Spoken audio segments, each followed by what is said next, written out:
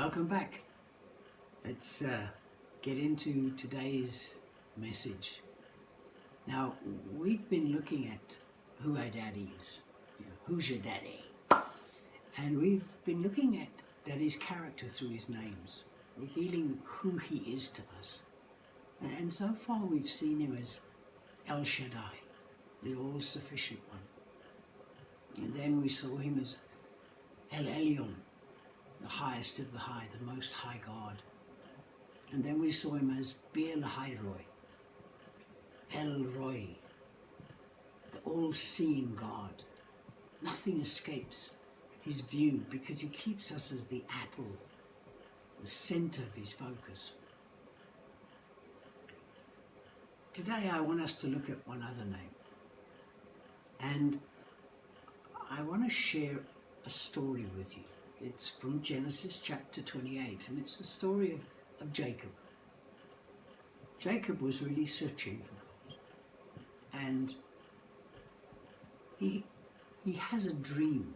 He dreams about the ladder. I'm sure you've heard of Jacob's ladder. But in this dream, God speaks to him and makes a covenant with him. And he says to Jacob in verse 15, "Behold, I am with you and will keep you wherever you go." I will be with you and I will keep you wherever you go. And I will bring you back to this land, for I will not leave you until I have done what I've spoken to you.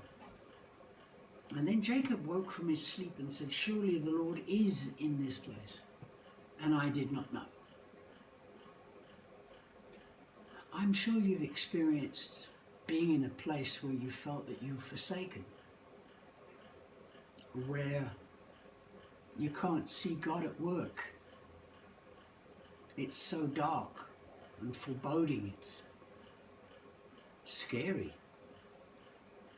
When I look at Genesis, Daddy gives us a little idea. He says, the evening and the morning were the first day. And then again he says, the evening and the morning were the second day. So for Daddy's day starts off at midnight, in the darkest hour, when we can't see him. But he said, "I'll never leave you and I'll never forsake you." Just because we can't see him at work doesn't mean that he isn't at work for us in our lives. So here, Jacob says, "Surely the Lord is in this place," and I didn't know. Now, Joshua receives a word from the Lord in Joshua chapter 1. And this was after the death of Moses. And Daddy says to Joshua, "As I was with Moses, so I will be with you, because I'm a covenant keeper." And he says to Joshua, "Every place that the sole of your foot will tread upon, I have given you." In verse 5 he says, "No man shall be able to stand before you all the days of your life. As I was with Moses, so I will be with you. I will never leave you nor forsake you." I will never leave you nor forsake you. This is our Daddy speaking, revealing to us who he is. Got any ideas of what his name might be? Verse 29 says this, "Have I not commanded you, be strong and of good courage? Do not be afraid, nor dismayed, for the Lord your God is with you wherever you go." Now notice he says the same thing here to Joshua as he said to Jacob. "I'm with you wherever you go. I won't leave you or forsake you." Any idea? What's his name? One last scripture. In Ezekiel 48, it talks about the gates of the city. And I'm going to read from verse 30. And it says, "These are the exits of the city. On the north side, measuring 4,500 cubits, the gates of the city shall be named after the tribes of Israel. the 3 gates northward, 1 gate for Reuben, 1 for Judah, and a gate for Levi. On the east side, 4,500 cubits, 3 gates, 1 gate for Joseph, 1 gate for Benjamin, and 1 gate for Dan. On the south side, measuring 4,500 cubits, 1 gate for Simeon, 1 gate for Issachar, and 1 gate for Zebulun. On the west side, 4,500 cubits with 3 gates, 1 gate for Gad, 1 gate for Asher, and 1 gate for Naphtali. And then he says this, all the way around shall be 8,000 cubits, and the name of the city that day shall be, listen to this, the Lord is there. The Lord is there. The Hebrew name is Jehovah Shammah. Jehovah Shammah. The ever-present God. He's here. Wherever we are, He is. Not I will be, not I was. He is. He is our I am. Not I was, not I will be.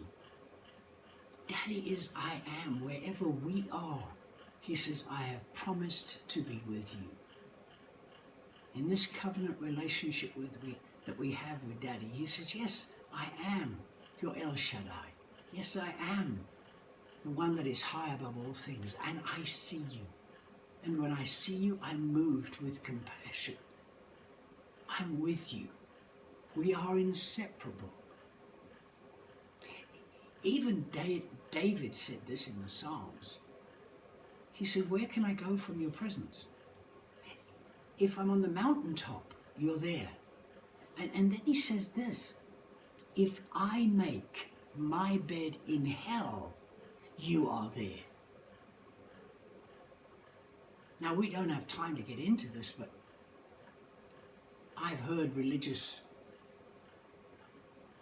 ministers preach that sin will separate you from God. Daddy says, I am with you wherever you go.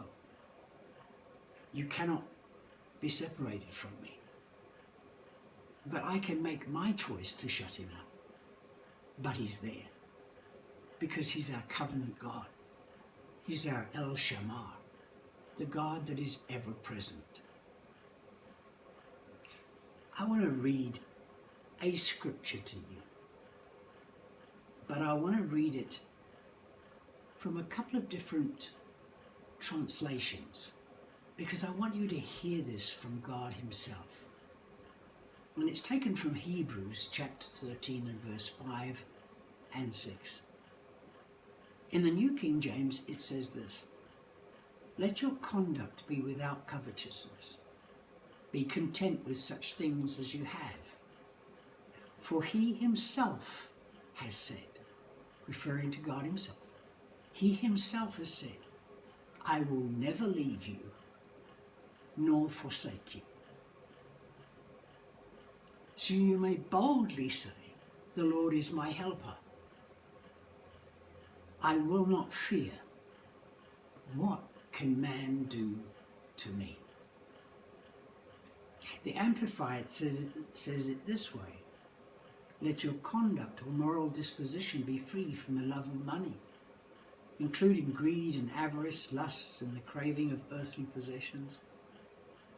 And be satisfied with your present circumstances and with what you have.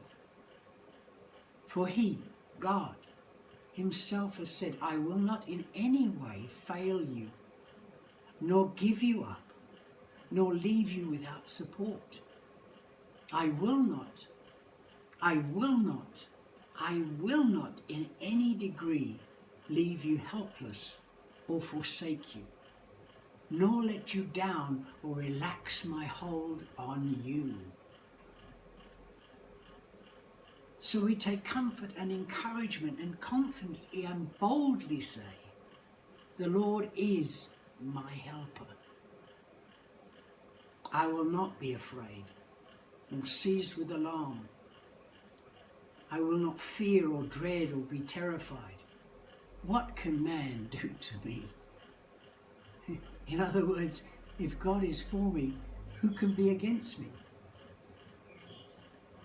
Weymouth says this: your lives should be untainted by the love of money. Be content with what you have. For God himself has said, I will never, never let go of your hand. I will never forsake you. So that we fearlessly say, God, the Lord is my helper. I will not be afraid. What can man do to me? Last translation. This is from Kenneth S. Wiest. Let your manner of life be without the love of money, being satisfied with your present circumstances. For he himself has said, and the statement is on record, and we've seen it already. He said it to Jacob, he said it to Joshua, and he's saying it to us today. And it's on record, in covenant. I will not cease to sustain you and uphold you. I will not let you down. So being of good courage, we are saying, the Lord is my helper. I will not fear. What shall man do to me? Today I want to leave you with this thought.